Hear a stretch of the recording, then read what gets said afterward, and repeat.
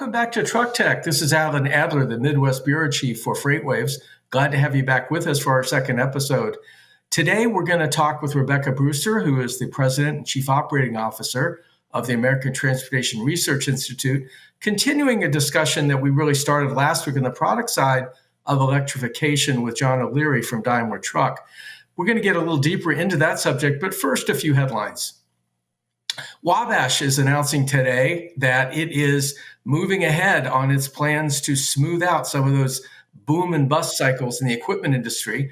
The idea being that it will now have a 10-year agreement to supply trailers to J.B. Hunt. This agreement could cover up to 150,000 trailers over the next decade. This is something that CEO Brent Yeagy has talked about really on earnings calls for most of the last year. And this is an example of how Wabash wants to sort of book its business and keep it steady over time and wash out some of those boom and bust things that we see so often in equipment. We also have some news from Volterra, the startup that is a trucking as a service, a charging as a service business. They are going to partner with Amorit to provide maintenance for the charging sites that they're going to build around the country. Not much of that is in place yet, but they are clearly putting together some of the plans that they need. And I think the idea for them is to just get everything in place. They have the money, and that's probably the biggest part of this. Last Friday in the Truck Tech newsletter, we mentioned briefly that Mack Truck was getting a little bit of key niche applications in the towing and auto industry. To do what it Let's take a walk around.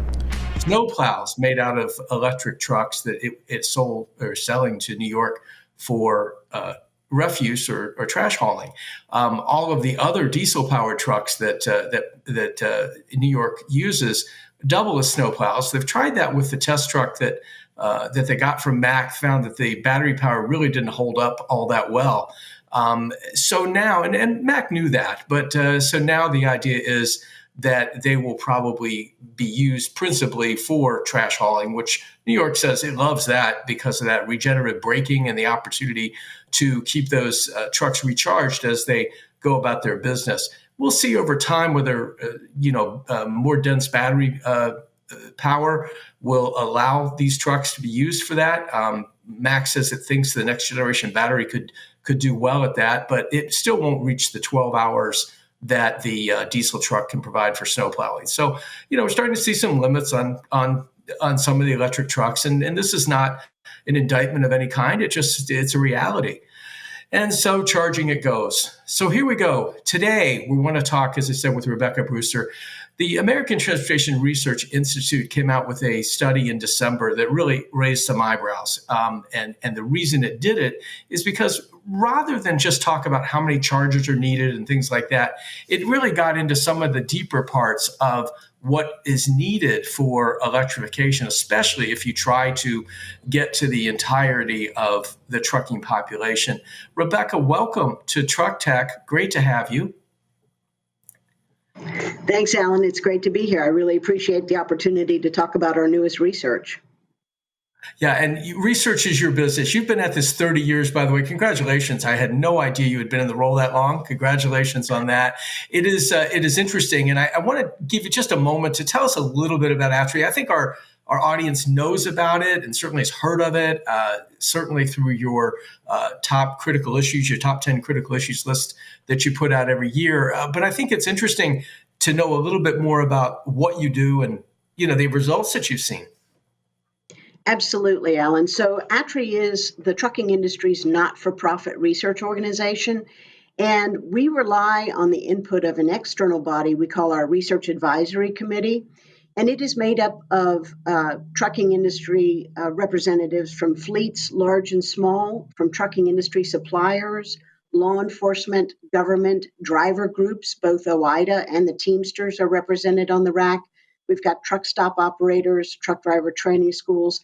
And this very diverse group of trucking industry stakeholders is charged with annually identifying the industry's top research needs. So all of the research that you are familiar with from ATRI generated from identification as a priority topic by our Research Advisory Committee. one of the things, of course, they rely on each year is that critical issues survey that we do and release every October, because that is the industry at large saying these are our issues of concern and these are the topics we think need to be studied in more detail. Yeah, so I wouldn't say that the title of your latest research exactly rolls off the tongue. What is it? It is the Charging Infrastructure Challenge for the U.S. electric vehicle fleet. But we won't deduct style points here. I think the important thing is that the title and the 63 pages that follow it really reflects the weightiness of the subject. We don't have time to discuss everything in the research, but there are 4 or 5 areas I hoped we could get into, really beginning with not just how many chargers the industry would need to electrify all the trucks out there, but how they would be used. So let's talk about this briefly, if you can bring up table 20, and let's start here. Yes, so we used a number of publicly available data sets to identify the population of vehicles if the U.S. were to transition its entire heavy-duty truck fleet to electric vehicles, and that's looking at about 2.925 million combination trucks. And then we looked at battery capacity and range of the batteries and how far those vehicles could operate, ultimately to get to this matrix here that you see. And if every charger was used once per day, we'd need 1.6 million chargers. And it takes on average, about 3.4 hours to do that direct current fast charging for those heavy duty vehicles. You start to expand that out for the population because you're going to want to be able to use that charger more than one charge per day. And so, for instance, if you could get 5 charges per day out of a charger around the country, each charger around the country, you would still need 320,000 chargers. And they come at a high cost, Alan. But you think about that, and you think about the conundrum of having hours of service rules. So a driver pulls up to one of these chargers and they're going to log off now while their vehicle charges. They cannot start their vehicle again until they have gotten their mandated rest. So it would take a lot of very efficient scheduling of those chargers to get that 5 charges per vehicle out of each one.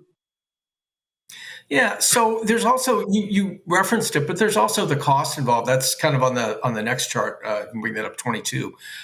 That gets at sort of, what's beyond this. Right, and this is no small undertaking. I mean, quite frankly, just thinking about those 5 daily charging events per charger as an example, we estimated a cost using, again, publicly available data with an average about $112,000 per charger. Those charging units, if we could get 5 charges per unit, would be about $35.9 billion. $35.9 billion to build the infrastructure, if you will, just to charge the nation's combination truck fleet on a daily basis. So what we're getting at basically is that this is not going to be an easy task, nor is it going to be inexpensive. We're going to get into some other charts here that look at sort of spreading this out, because the electric grid is connected in various ways. I didn't put that in here. It was, quite honestly, it was a little bit like remember your spaghetti chart when you talk about the down in Atlanta?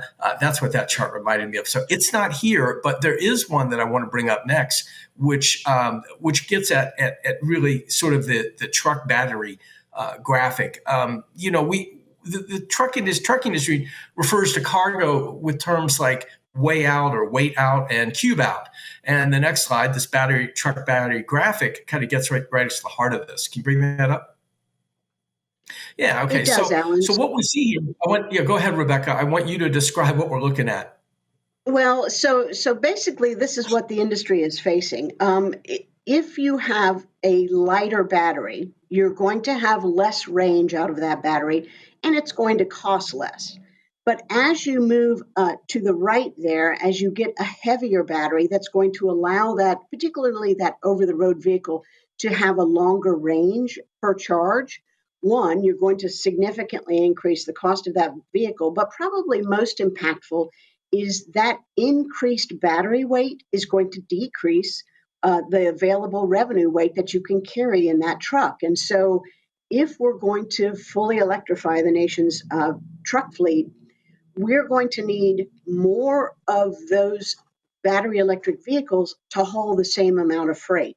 So, it is a difficult position that the industry is in, because we want to have enough range out of the battery to be able to operate long haul, to be able to make sense of a driver's utilization within the current hours of service rules. But the more weight you put on that truck in terms of the battery, the less cargo capacity you have for that freight. Okay, so we've got it brings to mind a current, I would say so far unresolved question of the Tesla Semi. It claims a 500-mile range between chargings. They proved they can do that, but that appears to be with a cubed out load, literally, of Fritos rather than a more dense load of, Pepsi six-packs.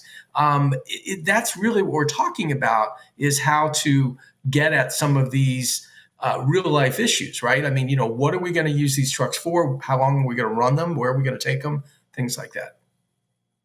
Absolutely. And borrowing from some research that we released earlier in 22, looking at the full CO2 emissions impacts of different vehicle types, zero emission vehicle types, we calculated a revenue weight loss coming from a fully electrified battery electric truck at about 13,000, almost 14,000 pounds of lost revenue weight out of that vehicle based on the weight of the battery. And so again, to haul the same amount of freight in those trucks, assuming there's no increase in freight demand, which we know there's going to be, so to haul just the same amount of freight, you're going to have more of those expensive battery electric vehicles to keep up with freight demand. Well, and we know we get an additional 2,000 pound allowance in some states, I think even federally, to offset battery. But even with that, this sacrifice in cargo appears pretty big. It does. And to your reference earlier of Fritos versus Pepsi, I mean, you think about all the commodities that are hauled by truck, and you think about, for instance, flatbed operations that are hauling very heavy equipment. That is going to be impacted because there are so many factors that go into battery range. Obviously, cargo weight is one of them, but the temperature where you operate that vehicle, hot temperatures, really extremely cold temperatures, wind, terrain, a whole host of variables go into the range of that battery. And so all of this is going to go into how far that vehicle can operate between charges, how many of those vehicles we need to haul the same amount of freight. So it is not an easy, simple answer to solve at this point. Yeah. So, okay, next chart is one that comes closest, I'm afraid, to getting us into the weeds, but it's electric consumption is important. And the numbers that we're going to show now may not be memorable, no quizzes today, but they go to one of the headlines of the study, and that's that an all-electric fleet would demand about 10% of the nation's available grid electricity. Show that, please. It does. And when you think about the headline-grabbing stories we hear out of certain states where governors are asking folks to lower their electricity usage so that they don't have to have rolling brownouts, or we have blackouts because the grid gets overtaxed. And now you looked at just the heavy-duty vehicle fleet, based on our calculations, would use about 10% of the nation's current electricity consumption. Yeah, and that's something that I don't know if I can get my arms around it, honestly. And I want to be careful here, Rebecca, because we're not trying to be a downer on electrification, right? What you've done in this study is just point up some of the things that, well, at least from my mind, I hadn't seen this before. This was new, and it was something that I think, maybe caused a bit of a like if I splashed it in the face with water and said, look at this, you really need to pay some attention here. I think that the state by state, how this plays out state by state across the country, and on the next table 2, you see that the darkest green states are the ones where demand is greatest, because I guess the grid is just less robust here. Right. So to get to this calculation, Alan, we looked at the truck VMT, vehicle miles traveled per state, relative to their current electricity consumption, and how much of that state's electricity generation or consumption just a fully electrified vehicle fleet would be. And you do see differences. Some states have a more robust grid, while others, it would take a lot more of their current electricity generation. So again, you have to think about what does this mean nationally? Of course, 10% of the electricity consumption, but even at a state level, it is in many cases as high as 50 or more percent of the current state's electricity generation. And so and you're right, we weren't attempting to splash water on this issue because it is a very important topic. We just wanted to bring data to the story so that people really understand what a challenge this is for the industry and for the nation. Yeah, I think finally, Rebecca, I'm sorry. I think finally there's a consideration here, and this is something that you have studied before, and that's this issue. Really, one of the greatest challenges to trucking, and that's adequate parking at night or when their hours of service is out. When you add electrification and the need for chargers where drivers would stop at night, a tough situation gets tougher. It does, and the lack of available truck parking has always been one of my soapbox issues, if you will, because it is such a core issue of how the men and women who deliver for us every day, that the challenge they face. It routinely ranks as a top issue on our top industry issues survey for drivers. And so now you think about drivers who now have to find parking and be able to charge their vehicle. And as I mentioned earlier, might take you 3.4 hours to charge that vehicle, but you have to stay parked, get your 8 hours of rest. And so you're building up a queue of drivers behind you who need to get to that charger. And we know that all too often drivers are having to spend time or actually park in undesignated parking because there isn't enough available parking spaces. And so those are spaces where there's not going to be a charging opportunity for those drivers. And so, again, they're faced with a real conundrum themselves. How do I get my vehicle charged if there's no available parking and no parking with a charger available? So we've only touched on a few of these things. I want you to kind of wrap this up for me in terms of where is your big takeaway? We've explored some of this, but where is the takeaway and what should we be, cognizant of? Because, we've got predictions out there. We're going to have very slow growth, 5-10 truck orders at a time in electric trucks and that kind of thing. And then all of a sudden it's going to take off, the famous hockey stick, if you will. Are we going to be able to make that work from what your research shows? Well, I think this study was a very important dose of reality, if you will. I think the industry is very committed to reducing its carbon footprint and finding ways to reduce our impact on the environment. But the idea that we can, in an industry as large as the trucking industry, literally flip a switch and convert to fully battery electric, we have to face the realities. The vehicles are expensive. The materials are sourced from a lot of places where we aren't necessarily friends with those countries, so there are geopolitical concerns. There are truck parking challenges. There are cargo weight challenges. And so I think kudos to the ATRI team who put this together. In those 65 pages, we go into great level of detail on all of those topics so that people can understand what we're talking about when we're talking about moving to a fully electrified vehicle fleet. Yeah, we didn't hit on some of the material things, and those are also, they're amazing numbers in terms of where these materials, whether it's cobalt or nickel or magnesium or whatever it might be, actually come from and how we get at them. But you can see right here, cobalt, graphite, lithium, nickel. These are all things and what it would take, especially the bottom line, the total trucking demand and how many years it would take to produce this. This is something I've never seen before, and it really does call up some questions, doesn't it? It does. And again, I encourage your viewers to download the full report because it really does give all the background information on these very impactful tables so that you understand, again, what our industry is facing. Yeah, and we almost skipped over that one. I didn't. That was a mistake on my part. But I'll tell you, I think that materials and chargers and time waiting in line and all the things you mentioned, it adds up to a lot and kind of makes you it should take a deep breath, doesn't it? To where we're at. You mentioned the report, Rebecca. Where can people get it? How can they download it?